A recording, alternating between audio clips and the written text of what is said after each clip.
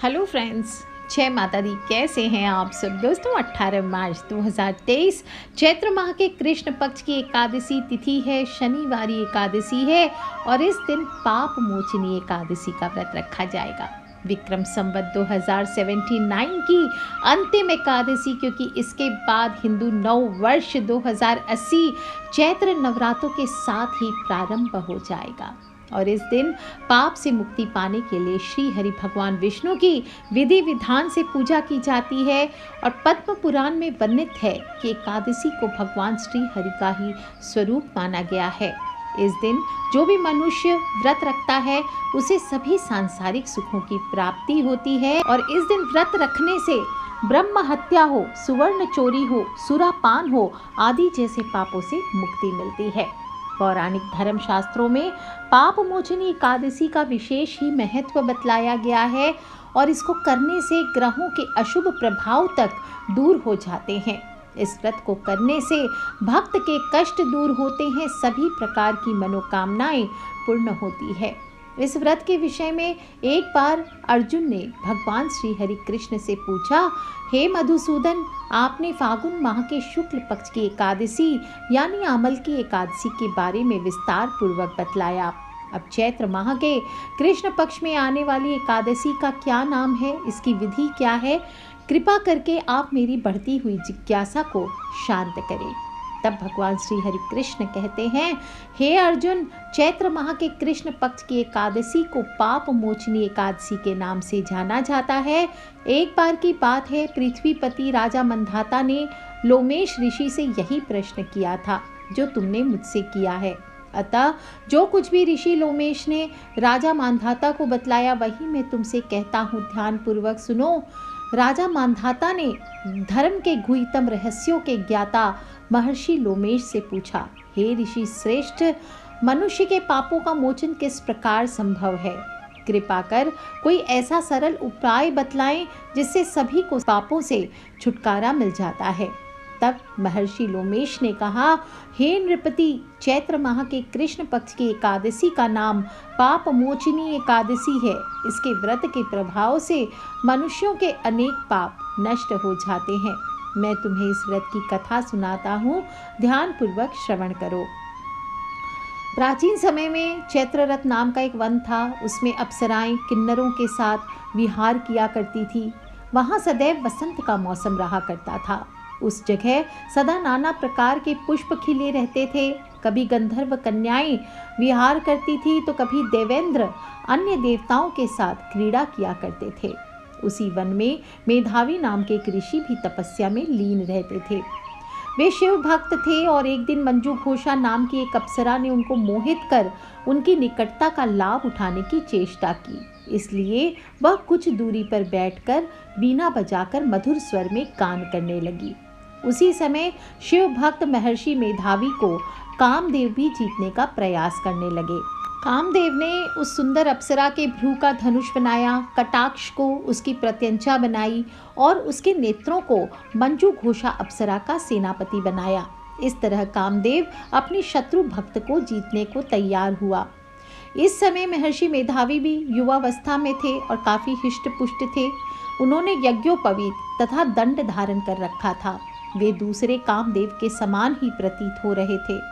उस मुनि को देखकर कामदेव के वश में हुई मंजू घोषा ने धीरे धीरे मधुर वाणी से वीणा पर गायन शुरू किया तो महर्षि मेधावी भी मंजू घोषा के मधुर गाने पर तथा उसके सौंदर्य पर मोहित हो गए। वह अप्सरा मेधावी मुनि को कामदेव से पीड़ित जानकर उनसे आलिंगन करने लगी। महर्षि मेधावी उसके सौंदर्य पर मोहित होकर शिव रहस्य को भूल गए और काम के वशीभूत होकर उसके साथ रमण करने लगे। काम के वशीभूत होने के कारण मुनि को उस समय दिन रात कुछ भी ज्ञान नहीं रहा और काफी समय तक वे रमण करते रहे। तदुपरांत मंजू घोषा उस मुनि से बोली, हे ऋषिवर, अब मुझे बहुत समय हो गया है, अतः स्वर्ग जाने की आज्ञा दीजिए। अप्सरा की बात सुनकर ऋषि ने कहा, हे मोहिनी, संध्या को तो आई हो, प्रातः काल होने पर चली जाना। ऋषि के ऐसे वचनों को सुनकर अप्सरा फिर उनके साथ रमण करने लगी। इसी प्रकार दोनों ने साथ साथ बहुत समय बिताया और मंजू घोषा ने एक दिन ऋषि से कहा, हे विप्र, अब आप मुझे स्वर्ग जाने की आज्ञा दीजिए। मुनि ने इस बार भी वही कहा, हे रूपसी, अभी ज़्यादा समय व्यतीत नहीं हुआ है, कुछ समय और ठहरो। मुनि की बात सुनकर अप्सरा ने कहा, हे ऋषिवर, आपकी रात तो बहुत लंबी है। आप स्वयं ही सोचिए कि मुझे आपके पास आए कितना समय हो गया है। अब और ज़्यादा समय तक ठहरना क्या उचित है? अप्सरा की बात सुनकर मुनि को समय का बोध हुआ और गंभीरता पूर्वक विचार करने लगे। जब उन्हें समय का ज्ञान हुआ कि उन्हें रमण करते 57 वर्ष बीत चुके हैं, तो उस अप्सरा को वह काल का रूप समझने लगे। इतना ज़्यादा समय भोग विलास में व्यर्थ चला जाने पर उन्हें बड़ा क्रोध आया। अब वह भयंकर क्रोध में जलते हुए उस तप का नाश करने वाली अप्सरा की तरफ भ्रुकुटी तान कर देखने लगे। क्रोध से उनके अधर कांपने लगे, इंद्रियां बेकाबू होने लगी और क्रोध से थरथराते स्वर में मुनि ने उस अप्सरा से कहा, मेरे तप को नष्ट करने वाली दुष्टा, तू महापापिनी है, बहुत ही दुराचारिणी है, तुझ पर धिक्कार है।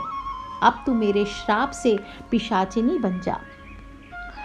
मुनि के क्रोधयुक्त श्राप से वह अप्सरा पिशाचिनी बन गई और यह देखकर वह व्यथित होकर बोली, हे ऋषिवर, अब मुझ पर क्रोध त्याग कर प्रसन्न होइए, कृपा करके बतलाइए कि इस शाप का निवारण कैसे होगा।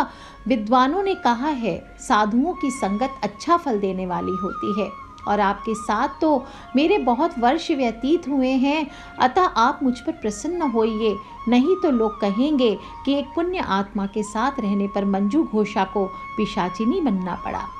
मंजू घोषा की बात सुनकर मुनि को अपने क्रोध पर अत्यंत ग्लानि हुई, साथ ही अपनी अपकीर्ति का भी भय हुआ। अतः पिशाचिनी बनी मंजू घोषा से मुनि ने कहा, तूने मेरा बड़ा बुरा किया है, किंतु फिर भी मैं तुझे इस श्राप से मुक्ति का उपाय बतलाता हूँ। चैत्र माह के कृष्ण पक्ष की जो एकादशी है, उसका नाम पाप मोचिनी है। इस एकादशी का उपवास करने से तेरी पिशाचिनी की देह से मुक्ति हो जाएगी। ऐसा कहकर मुनि ने उसके व्रत का सब विधान समझा दिया। फिर अपने पापों का प्रायश्चित करने वे अपने पिता च्यवन ऋषि के पास गए।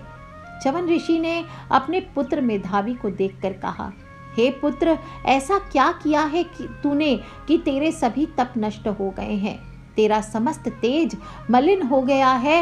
मेधावी मुनि ने लज्जा से अपना सिर झुकाकर कहा, पिताजी, मैंने एक अप्सरा से रमण करके बहुत बड़ा पाप किया है और इसी पाप के कारण शायद मेरा सारा तेज, मेरे सारे तप नष्ट हो गए हैं। कृपा करके आप इस पाप से छूटने का उपाय मुझे बतलाइए।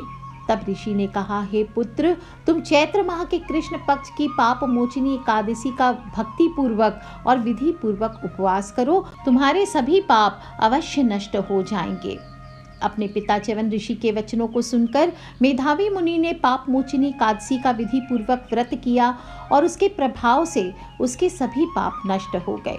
मंजू घोषा अप्सरा भी पाप मोचिनी एकादशी का उपवास करने से पिशाचिनी की देह से छूट गई और पुनः अपने सुंदर रूप धारण कर स्वर्ग लोक को चली गई। लोमेश मुनि कहते हैं, हे राजन, इस पाप मोचिनी एकादशी के प्रभाव से समस्त पाप स्वतः ही नष्ट हो जाते हैं और इस एकादशी की कथा के सुनने मात्र से, पढ़ने मात्र से 1000 गौदान के बराबर फलों की प्राप्ति होती है। जो भी मनुष्य इस उपवास को करता है, उससे ब्रह्म हत्या करने वाले, स्वर्ण चुराने वाले, मद्यपान करने वाले, अगम्या का गमन करने वाले आदि भयंकर पाप भी नष्ट हो जाते हैं और अंत में स्वर्ग लोक की प्राप्ति होती है। अतः इस व्रत को करने से भक्तों को बड़े से बड़े यज्ञ के समान फलों की प्राप्ति होती है। कहा जाता है कि पाप मोचिनी एकादशी व्रत के दिन भगवान श्री हरि विष्णु का विधि विधान से पूजन और व्रत किया जाए तो वे अपने भक्तों पर तुरंत प्रसन्न होते हैं और सभी प्रकार के घोर पापों से मुक्ति मिलती है। सुख समृद्धि में वृद्धि होती है। भ्रूण हत्या जैसे घोर पापों से मुक्ति मिलती है, मुसीबतों से मुक्ति मिलती है और शत्रुओं का दमन होता है। तो बोलिए श्री हरि विष्णु भगवान की जय। दोस्तों, चैत्र माह की पहली एकादशी है पाप मोचनी एकादशी और सर्वश्रेष्ठ व्रतों में एक मानी जाती है। जो भी मनुष्य इसे पूर्ण निष्ठा से करेगा, विधि विधान के साथ मुहूर्त अनुसार करता है, तो 1000 गायों के दान के बराबर फल मिलता है। तो इस बार चैत्र माह के कृष्ण पक्ष की एकादशी तिथि की शुरुआत 17 मार्च को दोपहर को 2:06 पर हो रही है और चैत्र माह के कृष्ण पक्ष की एकादशी तिथि की समाप्ति 18 मार्च को दोपहर को 11:15 पर हो जाएगी। जो लोग भी पूजा करेंगे इस दिन 18 मार्च को करें। सुबह 7:58 से 9:29 तक का समय है। शाम के समय का मुहूर्त आगे मैं बताऊंगी, वो आप कर सकते हैं। 19 मार्च को आपको पारण करना चाहिए सुबह 6:27 से लेकर 8:07 तक। ध्यान रखें, जब द्वादशी तिथि शुरू होती है तो उसका पहले 1/4 का जो समय होता है वो हरिवासर का समय होता है। और यदि आप एकादशी व्रत करते हैं और किसी कारणवश निर्धारित समय पर पारण नहीं कर पा रहे हैं तो ध्यान रखना चाहिए कि हरिवासर खत्म कब हो रहा है, उसके बाद ही आपको पारण करना चाहिए। इस बार एकादशी पर अद्भुत महासंयोग बन रहे हैं। 3 महासंयोग है। एक तो द्विपुष्कर योग बन रहा है, दूसरा है सर्वार्थ सिद्धि योग जो कि अपने आप में मनोकामनाओं की पूर्ति के लिए उत्तम है। और इस योग के नाम से ही आप जान सकते हैं कि इस योग में किए हुए कार्य पूर्ण होते हैं, सभी प्रकार के शुभ कार्यों की सिद्धि होती है। तो 18 मार्च को सुबह 6:28 से लेकर दोपहर को 19 मार्च को 12:29 तक आपको सर्वार्थ सिद्धि योग रहने वाला है। साथ ही साथ शिव योग भी है, शनिवारी शिव योग अपने आप में अद्भुत होता है। तो 17 मार्च को सुबह 3:33 से 18 मार्च की रात को 11:54 तक शिव योग रहने वाला है। जो लोग भी व्रत करना चाहते हैं वे 17 तारीख यानी दशमी तिथि से ही शुद्धता का ध्यान रखें। रात्रि में भोजन करें, समय पर सोएं, भगवान श्री हरि विष्णु का ध्यान करते हुए ओम नमो भगवते वासुदेवाय, ओम नमो भगवते वासुदेवाय इस प्रकार से जप करते हुए ब्रह्मचर्य का पालन करते हुए आपको सोना चाहिए। अगले दिन एकादशी के दिन सुबह जल्दी उठें, नित्य कर्मों से निवृत्त होकर घर के मुख्य द्वार की साफ सफाई करें। घर में सूर्यास्त के बाद इस दिन खुद से झाड़ू नहीं लगाना चाहिए, इससे चींटी और सूक्ष्म जीवों की मृत्यु का भय रहता है। फिर अपने घर के मुख्य द्वार पर हल्दी के जल का छिड़काव कीजिए, रंगोली सजाइए, तोरण सजाइए, स्नान करें। अच्छा, स्नान इस दिन विशेष है क्योंकि बता दूं आप लोगों को कि खर मास शुरू हो गया है और खर माह की एकादशी जो होती है अपने आप में विशिष्ट मानी गई है, दोष नाशक होती है। कहा जाता है कि जब भी सूर्य बृहस्पति की राशियां धनु और मीन राशि में आता है तो खर मास का दोष लगता है। और बुधवार को करीब 6:45 पर सुबह सूर्य मीन राशि में प्रवेश कर गया है। दौरान कोई भी मांगलिक कार्य का कोई मुहूर्त नहीं रहेगा। पद्म और विष्णु धर्मोत्तर पुराण के मुताबिक खर मास में आपको भगवान विष्णु का पूजन करना चाहिए। इस माह के देवता सूर्य हैं, भगवान विष्णु हैं और इस माह में आने वाली एकादशी पर जो भी मनुष्य भगवान विष्णु के साथ साथ सूर्य देव की पूजा करता है तो उसका जो पुण्य है वो लंबे समय तक शुभदायी रहता है। इस दिन आपको लकड़ी का दातून या पेस्ट का उपयोग नहीं करना चाहिए। नींबू जामुन आम के पत्ते लेकर चबा लीजिए या अंगुली से कंठ को शुद्ध कर लीजिए। वृक्ष से इस दिन पत्ते तोड़ना वर्जित है, चाहे तुलसी ही क्यों ना हो। आपको पूजन के लिए भी चाहिए तो स्वयं से गिरे हुए पत्ते आप उठा सकते हैं या फिर एक दिन पहले तोड़कर रखें। फिर प्रभु के सामने हाथ जोड़कर संकल्प करें या फिर हाथ में जल भी ले सकते हैं। बोले, आज मैं किसी भी चोर, पाखंडी, दुराचारी मनुष्य से बात नहीं करूँगा, ना ही किसी का दिल दुखाऊंगा। गौ हो, ब्राह्मण हो आदि को फलाहार और अन्न आदि देकर प्रसन्न करूँगा। रात्रि जागरण कर कीर्तन करूँगा। ओम नमो भगवते वासुदेवाय इस 12 अक्षर मंत्र अथवा गुरु मंत्र का जप करूँगा। राम हो, कृष्ण हो, नारायण हो, विष्णु सहस्त्र नाम को अपने कंठ का भूषण बनाऊंगा। ऐसी प्रतिज्ञा करके श्री हरि भगवान विष्णु का स्मरण कर प्रार्थना करें, हे त्रिलोकीनाथ, मेरी लाज आपके हाथ, मुझे इस संकल्प को पूरा करने की शक्ति प्रदान करें। फिर स्नान करना चाहिए। हो सके तो गंगा आदि तीर्थों में स्नान कीजिए। पानी में गंगा जल या किसी भी पवित्र नदी के जल की कुछ बूंदें डाल करके आप स्नान कर सकते हैं। थोड़े काले तिल डाल सकते हैं, हल्दी डाल सकते हैं, फिर आपको स्नान करना चाहिए। और ऐसे पानी में कहते हैं नहाने से जाने अनजाने में हुए पाप खत्म हो जाते हैं और तीर्थ स्नान करने जितना पुण्य मिलता है। चैत्र माह की एकादशी है और स्नान करने के बाद स्वच्छ वस्त्र धारण करें। सुंदर पीले, लाल, सफ़ेद, हल्के रंग के वस्त्र धारण करें। नीले, काले ये रंग के वस्त्र धारण नहीं करने चाहिए। स्वच्छ वस्त्र, बिना फटे हुए वस्त्र, गंदे वस्त्र नहीं, धुले हुए वस्त्र धारण करें। फिर 1 लोटा जल उगते हुए सूर्य को देना चाहिए। कम से कम सूर्य उदय के 2 घंटे के अंदर आप सूर्य देवता को अर्घ्य दे दें, ऐसा आपको करना चाहिए। इसके बाद 1 लोटा जल दक्षिण मुखी होकर के अपने पितृ के नाम का अर्पित करें। ओम सर्वेभ्यो पितृभ्यो नमो नमः, ओम सर्वेभ्यो पितृभ्यो नमो नमः। इसके बाद अपने घर में आ जाइए, पूजा स्थल पे आए, वहाँ पे साफ सफाई करिए और भगवान श्री हरि विष्णु की मूर्ति हो, तस्वीर हो तो उसे स्थापित कर पूजन करना चाहिए। घर की पूरब दिशा में या उत्तर दिशा में लाल या पीला वस्त्र बिछा लीजिए एक चौकी पर और वहाँ पर भगवान श्री हरि विष्णु का विग्रह हो, मूर्ति हो, फोटो हो, जो भी हो या उनके किसी भी स्वरूप का, उसे आप स्थापित कर सकते हैं। दक्षिणावर्ती शंख हो, हमेशा बताती हूँ घर में एक दक्षिणावर्ती शंख 1.25 लाख जप सिद्धि करके अवश्य रखा करें। ये साक्षात माता लक्ष्मी का स्वरूप माना गया है और हर एकादशी हो या पूर्णिमा हो, इस दिन आपको दक्षिणावर्ती शंख से उसमें जल भर के, पंचामृत भर के, या फिर शत्रु बहुत जीवन में ज़्यादा हैं तो श्री हरि भगवान विष्णु का शहद से आपको अभिषेक करना चाहिए। फिर शुद्ध जल से स्नान करवाएं, सूखे वस्त्र से पोंछकर उन्हें चंदन चढ़ाइए। चंदन का ही अत्तर उनके शरीर पर लगाना चाहिए। चंदन का इत्र भगवान को बहुत प्रिय होता है, तो इस दिन जो भी मनुष्य चंदन का इत्र भगवान विष्णु को, माता लक्ष्मी को अर्पित कर रोज अपनी नाभि में लगाता है तो कहा जाता है इससे वशीकरण होता है। सभी लोग आपकी बात मानते हैं। भगवान को इत्र लगाएं और जनेऊ धारण करवाएं, पीले वस्त्र धारण करवाएं क्योंकि बाबा पीताम्बर धारी हैं और आपको स्वयं को भी इस दिन पीले वस्त्र धारण करना चाहिए। इसके बाद गाय के घी का दीपक जलाइए।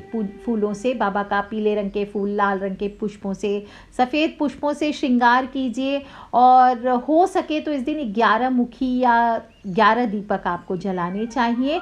नहीं पॉसिबल है तो एक ही दिए में 11 बाती का दीपक जलाइए। और इस दीपक में आपको क्या डालना है बताइए? 1 बूंद शहद डालना है। कैसे डालना है? पहले शहद को चम्मच में ले लीजिए, अपनी मनोकामना बोलिए और फिर जलते हुए दीपक में 1 बूंद शहद आपको डाल देना है। कमाल देखिएगा, जो भी मनुष्य 11 मुखी दीपक आज के दिन करता है अपनी मनोकामना बोलते हुए, उसकी मनोकामना रातों रात पूर्ण होती है। इस प्रकार का दीपक जला करके वहीं बैठ करके आपके पास जो भी चंदन हो या तुलसी की माला हो या फिर 108 मिश्री के दाने या चने की दाल गिन करके रख लीजिए और इससे आपको ओम पुण्याय नमः, क्या बोलेंगे? ओम पुण्याय नमः, इस मंत्र का जप करना चाहिए। चंदन का ही धूप करें और तुलसी पत्र भगवान को भोग चढ़ाइए। भोग में तुलसी पत्र अवश्य अर्पित करना चाहिए। दूध शहद का इस दिन भोग लगाया जाता है। ध्यान रखना चाहिए, दूध शहद का भोग लगा करके आपको किसी को दान करना चाहिए, स्वयं नहीं खाना चाहिए। बाकी जो फल आदि आप चढ़ाएंगे वो आप प्रसाद के तौर पे ले सकते हैं। बहुत ही गुप्त मंत्र है ओम पुण्याय नमः। जो लोग ये मंत्र का जप नहीं करना चाहते, आप ओ श्री कृष्ण गोविंद हरे मुरारे, हे नाथ नारायण वासुदेवाय, ओम नमो भगवते वासुदेवाय, ओम नारायणाय विद्महे वासुदेवाय धीमहि तन्नो विष्णु प्रचोदयात्, ओम विष्णवे नमः, ओम हुं विष्णवे नमः, कोई भी मंत्र लेकर के आप पूजन कर सकते हैं, जप कर सकते हैं। और फिर कपूर में अगर लाल चंदन हो तो लाल चंदन, नहीं तो आप शंख में जल भर करके भी आज के दिन श्री हरि भगवान विष्णु की आरती कर सकते हैं। नहीं हो तो अग्नि से आरती कीजिए और आपकी इच्छा हो तो आप गीता जी का पाठ कीजिए। विशेष रूप से 11वें अध्याय का पाठ करना चाहिए। और आज कुछ ना कर सके तो कम से कम भगवान विष्णु के चतुर्भुज रूप का दर्शन करें। जो कथा मैंने आपको सुनाई है ऊपर, वो स्वयं भी सुने, अपने फ्रेंड्स, फैमिली, मम्मी पापा, भाई बहन, बच्चे सभी लोगों से शेयर करके उसे सुनाइए। और पूजा समाप्त होने पर केले का वृक्ष है तो केले के वृक्ष पर वो जल अर्पित कर देना चाहिए। और नहीं हो केले का वृक्ष तो सूर्य भगवान को अर्पित कर सकते हैं। शाम को तुलसी पर दीपक अवश्य जलाएं। आज के दिन तुलसी पे जल नहीं चढ़ाते, इस बात का ध्यान रखिए। तुलसी माँ की परिक्रमा करें, तुलसी के पत्ते ना तोड़ें। इसके बाद सारी पूजा कंप्लीट होने के बाद अगले दिन आपको व्रत का पारण करना चाहिए। रात्रि में जागरण करते हुए आपको रात्रि व्यतीत करनी चाहिए और अगले दिन तिल, कपड़े, नमक, गुड़, घी ये ज़रूरतमंद लोगों को दान कर सकते हैं, पंडित को दान कर सकते हैं। इस प्रकार से व्रत का आपको पारण करना चाहिए। दोस्तों, पाप मोचनी एकादशी है और इस दिन चाहे तो आप फलाहारी का व्रत रख सकते हैं, निर्जल व्रत रख सकते हैं। जिस प्रकार निर्जला एकादशी पर व्रत रखते हैं तो निर्जला एकादशी की भांति इस एकादशी में भी आप व्रत रख सकते हैं। और ध्यान रखें कि व्रतधारी को आज के दिन कुछ चीज़ें हैं जैसे गोभी, गाजर, शलगम, पालक, कुल्फा का साग, चावल, नमक इनका सेवन नहीं करना चाहिए। प्याज, लहसुन, मांस, मदिरा, उड़द, चना, मसूर, ये शहद, ये चीज़ों का ज़्यादा तेल, ज़्यादा जल, किसी भी चीज़ का सेवन नहीं करना चाहिए। आप एक समय भोजन कर सकते हैं, 2 समय कर सकते हैं, फलाहारी कर सकते हैं, कुट्टू का आटा, समा के चावल, साबूदाना, सेंधा नमक, काली मिर्च, गेहूँ, मूंग ये आप खा सकते हैं, एक बार भोजन करें। जो लोग भी फलाहार करते हैं उन्हें गेहूँ भी नहीं खाना चाहिए। और ध्यान रखें जो भी फल है जैसे आम, अंगूर, केला, बादाम, पिस्ता, अमृत जो फल है इसका आपको सेवन करना चाहिए। एकादशी व्रत है तो सिर्फ भोजन का ही नहीं, अपने कड़े स्वभाव का भी त्याग करना चाहिए। इस दिन मौन रख करके ज़्यादा से ज़्यादा जप कीजिए, शास्त्रों का पठन कीजिए, कीर्तन कीजिए, रात्रि जागरण कीजिए, ये बेस्ट होता है। इस दिन अधिक से अधिक समय तक मौन रहें, मधुर बोलें, अधिक ना बोलें। जुआ हुआ, ज़्यादा सोना हुआ, पराई निंदा हुआ, चुगली, चोरी, हिंसा, मैथुन, क्रोध, झूठ, कपट, कुकर्म ये सभी चीज़ों से इस दिन दूर रहना चाहिए। अगर भूल से भी किसी निंदक से आप बात कर लेते हैं तो भगवान सूर्य नारायण के दर्शन करके धूप दीप से श्री हरि की पूजा कर क्षमा मांग लेना चाहिए। किसी भी प्राणी मात्र को अंतर्यामी का अवतार समझकर किसी से छल कपट ना करें। मन में दया का भाव रखें।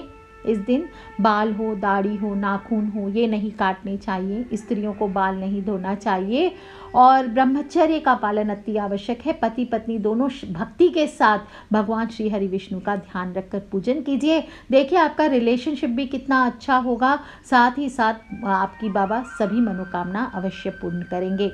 तो स्वयं भी कीजिए और अपने फ्रेंड्स, फैमिली, मम्मी पापा, भाई बहन, बच्चे सभी लोगों से इसे शेयर अवश्य कर लें, क्योंकि हमें नहीं पता कौन सा उपाय कब किसकी लाइफ बदल दे। दीपक में आप 1 बूंद शहद डालना बिल्कुल ना भूलें और कम से कम जो कथा मैंने आपको सुनाई है स्वयं भी सुने और अपने फ्रेंड्स, फैमिली, मम्मी पापा, भाई बहन, बच्चे सभी लोगों से इसे अवश्य सुनाएं, शेयर करें ताकि सभी लोग इस व्रत का पूर्ण फ़ायदा उठा सकें। आज के लिए इतना ही दोस्तों। खिलखिलाते रहें, मुस्कुराते रहें। Take care friends, love you all. जय माता दी, बम बम भोलेनाथ की बोलिए, श्री हरि विष्णु भगवान की जय, लक्ष्मी मैया की जय।